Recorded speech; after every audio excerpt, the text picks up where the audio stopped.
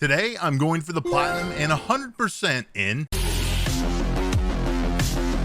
Getting the platinum trophy includes 58 trophies with Phantom Liberty's DLC, which quite frankly doesn't have a good guide online anymore since all the changes that were made to the game in 2.0. One that I could find anyways. Originally released in 2020. Cyberpunk 2077 was buggier than a crackhead out here on the streets of Florida when it launched. And even though I played about 1 to 2 hours when it came out, I quickly put the game down. I never planned to revisit the game until I got talked into watching Cyberpunk Edgerunners. And let's just say it's peak cinema. With all the changes, I decided that it was a great time to give this game another shot, so I jumped back into the world of Night City. Wake the fuck up, samurai.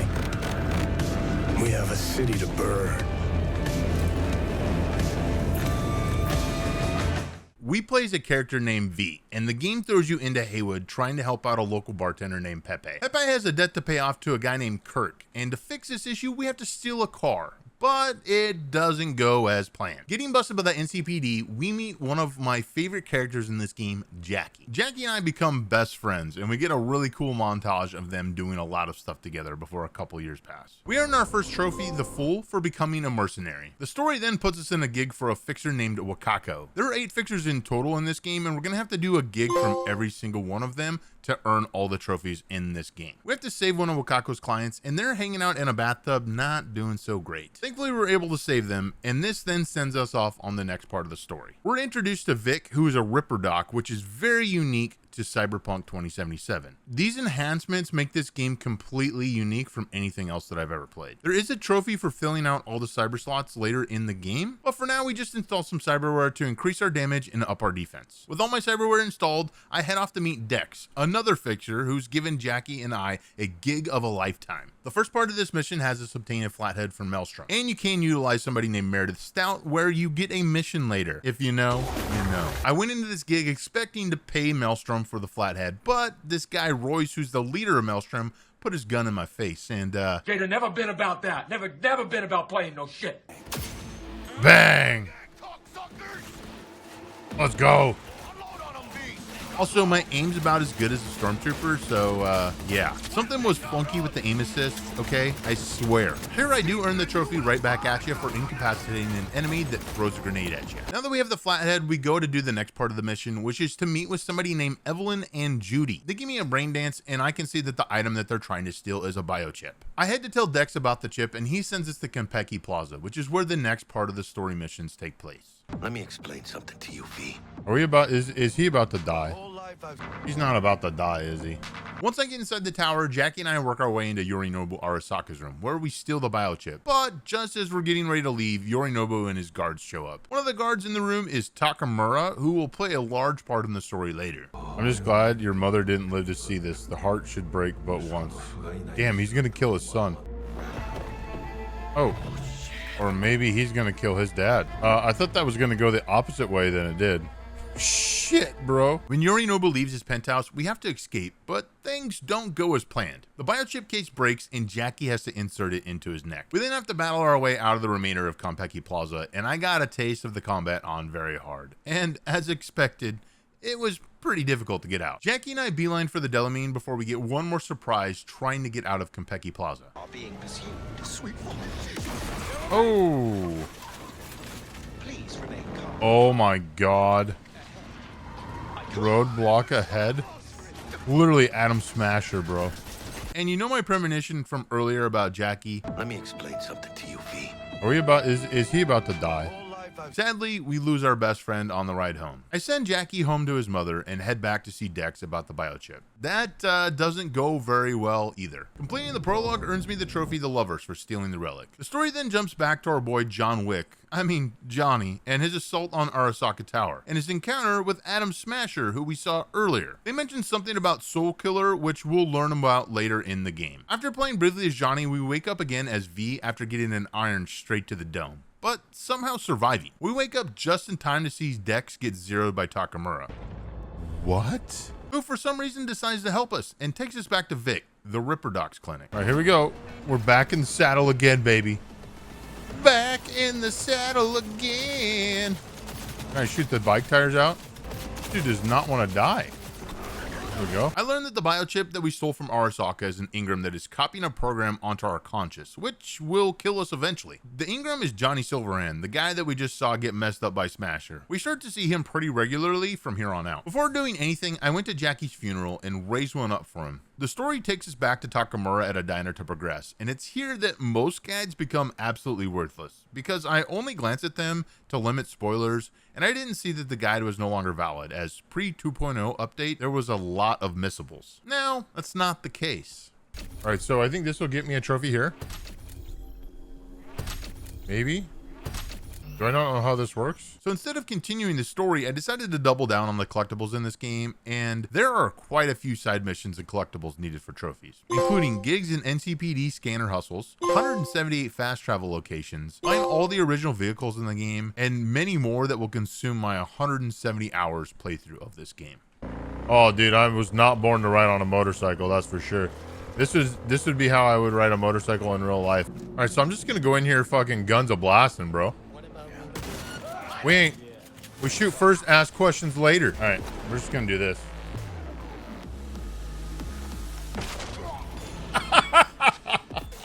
Going for the dick shots, dude.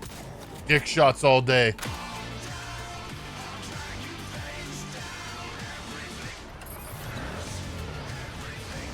Hell yeah. Do that corner peek. Get some dick shots off. Dude, dick shots do the most damage. After wiping out a majority of the side quests, I decided to pick up Rebecca's shotgun from Edge Runners. RIP to a legend. And David's jacket. I swear, he's still alive, okay? After 40 hours of no trophies, I finally started to see some of the work pay off. Getting Legend of the Afterlife for max street cred, full body conversion for matching out cyber slots, True Soldier for killing 100 enemies with a gun, True Warrior for doing the same but with a melee weapon, The Quick and the Dead for taking out 50 enemies while time is slowed, V for Vendetta for killing an enemy that had taken me out using his second heart cyberware to revive, Master Crafter for crafting 3 tier 5 items, Stanislavski's method for using 10 unique dialogue choices based on my life path of Street Kid, and then a trophy that took a long time to get strong enough to get on very hard. Gung Fu, which requires me to kill 3 enemies within 5-second window within melee range with the gun. Wandering Fool for finding all of Missy's tarot graffiti. Gunslinger, which requires you to blow up a grenade with a revolver. 10 out of 10 for maxing out a skill to 60. Auto Jock for purchasing all the vehicles. And finally, Frequent Flyer for getting all the fast travel locations, which a lot of people told me was the reason that they actually stopped the platinum grind. With some major progress on my trophy collection done, I decided to start focusing on 3 of the 4 friends that you must complete the storylines for, not only for the trophies for completing their quest, but also for the missable endings in this game. I started with Pan Am, and you might see why this one quickly became my favorite. It's Pan Am. Hey.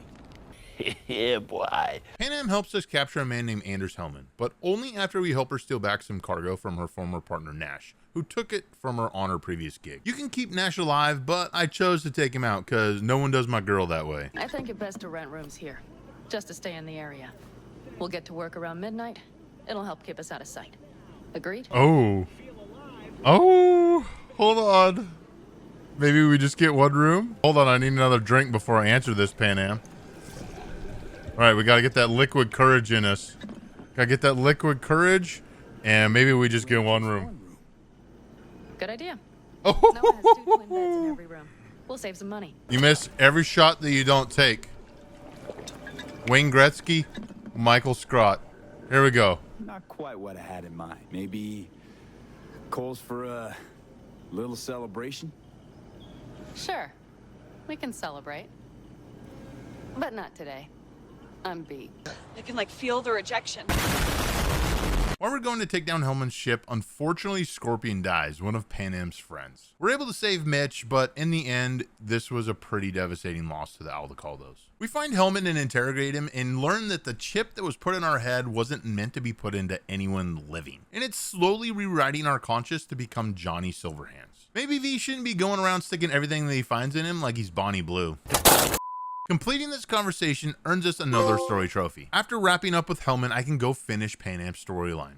Bro, they knew what they were doing with this this Comments? scene, right? We have to help the Aldecaldos steal a tank, and then we turn Pan Am into a toaster strudel. Doing this gives us the trophy, Life on the Road. The next friend that I work on completing the quest line is for Judy. Her story is pretty sad. We're working to find Evelyn, who's the person that recruited us to find the relic in the first place. We have to do some investigating in clouds, and like most of these side characters, there are pieces that connect to the main story. Judy asks us to find the Voodoo Boys because they're the original buyers of the relic. They tell me that if I clear out a mall of enemies that they will consider helping us. Placide fully intended to kill us, but Johnny thankfully saves us once again. The actual leader of the Voodoo Boys, Brigitte, tells us that the real reason she needed the biochip was to communicate with Alt Cunningham, who just so happens to be Johnny's ex. Brigitte promises to help V remove the biochip if we can help her communicate with Alt behind the black wall. This is pretty much holding back Skynet, so getting behind the black wall is really difficult. We end up finding Alt in both her human version and what's left of her in the black wall. This earns us the trophy, The Hermit, for speaking with Alt Cunningham. Now that we know why Evelyn hired us to get the relic, Judy's storyline picks back up again, and I end up taking the Tiger Claws out of Cloud so that it can become a classy Joy Toy club, and finish Judy's storyline by doing a dive where she grew up. This earns us Judy vs. Night City. River is the next companion I'll help out, and his storyline is also really sad. His nephew's been abducted, and the goal is to identify where he is being kept before it's too late. We end up doing a lot of investigation, and we're finally able to find where that sick was holding River's nephew, and this earns us the trophy, Protect and Serve. With 3 out of 4 done, I decided to start tackling the DLC, Phantom Liberty. Heading right outside of Dogtown, I meet Somi, who kicks off the expansion and teaches us about the relic, something that we will need for a trophy later. From there, we head into Dogtown, where we get torpedoed by the President of the new United States. That sounds familiar. I have to head to save the president after the ship crashes by going deep into Dogtown, where I eventually find her. Fighting off all the enemies so that we can escape gives me my first DLC trophy, All the President's Men. From there, we try to escape from the Dogtown police, and Songbird initially hacks a Chimera to save us, but that backfires, and we end up having to defeat the very thing that was meant to save us. Oh. Here we go. Whoop, slow again. There we go. Doing so earns me another trophy. One of the fixtures from the base game plays a role in some of the trophies in Phantom Liberty, El Capitan. He wants us to capture 10 vehicles. Once I do, I get sent to club a medical truck with supplies in it for the people of the city. This gives me easy come, easy go for stealing the Arasaka medical truck. Because I accidentally killed some people, I decided to just get the 5-star wanted trophy in Dogtown.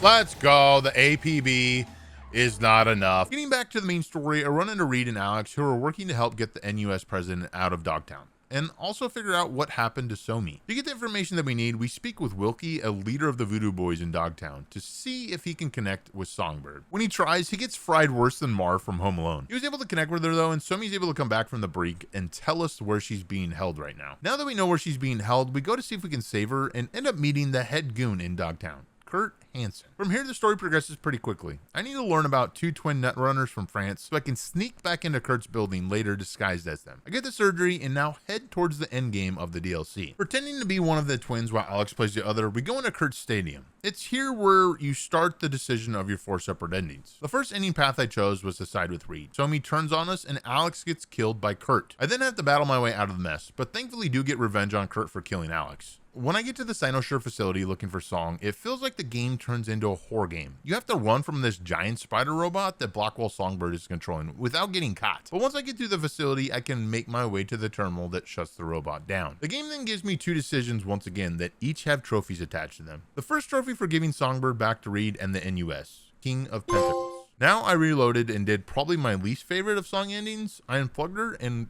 watched her die. This still earns me King of Cups. With the Reed endings done, I reloaded my previous save and this time sided with Song. Alex kills Kurt and then Song and I escape, but we have to wait some time before continuing the story, so I wrap up all the gigs in Dogtown and get this trophy. And get the trophy for choosing a new leader of Dogtown, Spin Doctor. When I finally get a call from Song, I take her to Orbital Air to help her escape to the moon, where she'll meet with Mr. Blue Eyes. I battle my way through the NUS agents and finally hit the train to the rocket. Song tells me that this whole time she's actually been lying to us and that there is only one cure between her and myself. Liar! Because of this, I was pretty pissed off and I just gave her to read. This earns me the trophy King of Swords. From here I can actually get one of the endings of the game that Phantom Liberty introduced. So I had to meet with Reed and take the procedure that is offered to me. This gives me the tower ending. With the tower ending complete, I went back to the final ending for the DLC by killing Reed and sending Somi to the moon. This gives me the King of Wands trophy. Now I just had a couple more trophies to earn in Phantom Liberty. Taking down 3 increased crime locations gives me Judgment Day, and fully filling out my relic tree gives me the Relic Ruler. With the DLC done, I decided to knock out all the remaining trophies outside of story. Rough landing for doing a superhero landing, killing 2 or more enemies, killing 2 enemies with the same sniper bullet, distracting enemies 20 times without getting noticed, using the quick hack detonate grenade to kill 3 or more enemies at one time, and completing a breach protocol with 3 demons being uploaded. With these done, I started wrapping up each district's gigs and NCPD hustles. I didn't have much left because of all the work that I'd done earlier. Starting with Pacifica, City Center, Watson, Westbrook, Haywood, Santo Domingo, the Badlands, and I wrapped up my last Cyberpsycho to earn I Am the Law for completing that questline as well. With those out of the way, now I only had story-based trophies to complete for the Platinum, including the 4 endings required. I go back and speak with Takamura, who wants to meet Oda, who is Hanako Arasaka's bodyguard, the daughter of the man that died earlier in the game. Oda refuses to help us, and because of that, we have to find another way. We end up sneaking into an Arasaka facility and putting a virus into Hanako's float that she's going to be doing in a parade coming up. The story jumps forward a couple days to the parade, and we have to get to the top to stop a netrunner. The moment that we unplug the netrunner that is keeping watch on everything that's happening with the parade, Oda interferes. Fuck! Of course you're here. This fight was actually a little bit easier than I thought it was going to be because I just had to keep Oda in front of me.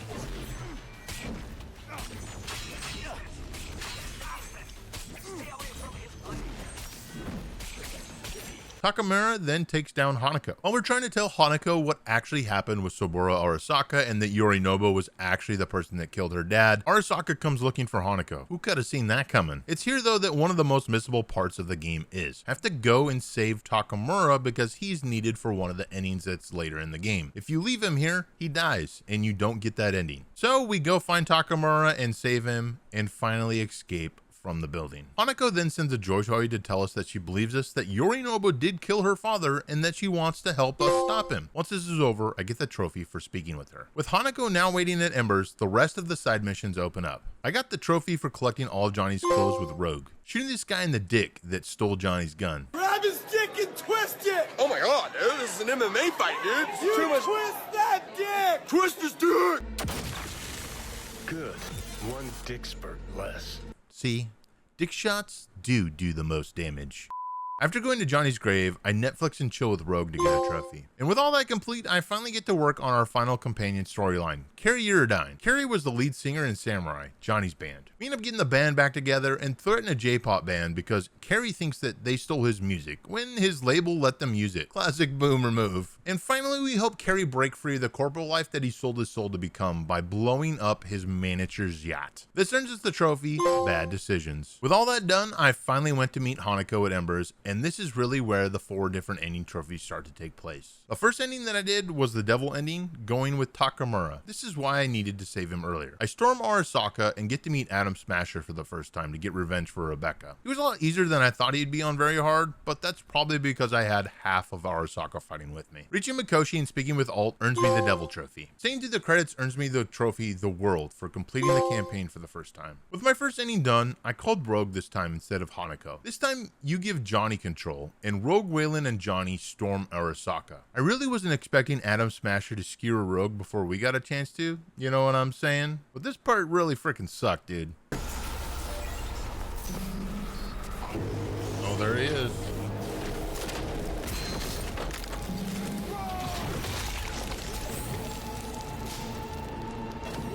Oh no.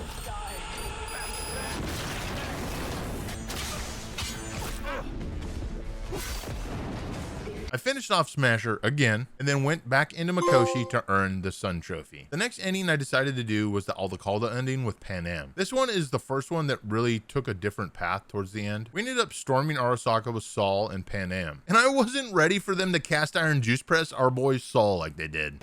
You can do this. Fuck, they're Smasher. God. No! Don't do it!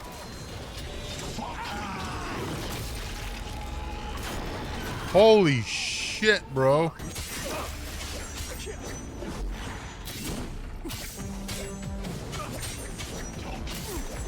Ended up beating Smasher for Rebecca and now Saul to earn the trophy, the Star. For the final trophy, I decided to do the secret ending, Don't Fear the Reaper. This one is substantially harder than the rest, as it's literally you and your imaginary friend that can't hit anything, Johnny, going through Arasaka. That also means that Smasher would be substantially stronger. Look how he still looks like somebody's gonna go under.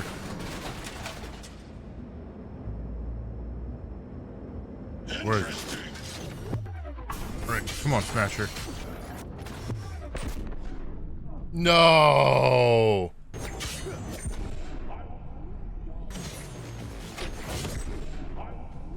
Dude, one fucking hit? Eventually, I decided to use Smasher's gun against him.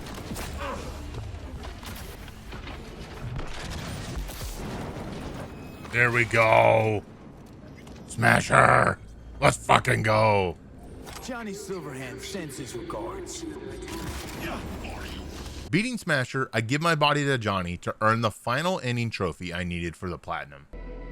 Hey, V, I know you're Temperance. a free bird and all, and you're gonna do what you want when you want. But you could at least let me know you're alive, you know? I don't want to say anything, but... And with that, I earned the platinum trophy in Cyberpunk 2077. I'm already doing another playthrough this time as a nomad, and I made a female character so that I could try to romance Judy this time. If you guys enjoyed the video, make sure to smash that like button and hit subscribe. And comment Choom down below if you made it this far so that I know who the real ones are. Go check out this video right here where I platinumed another one of my favorite games.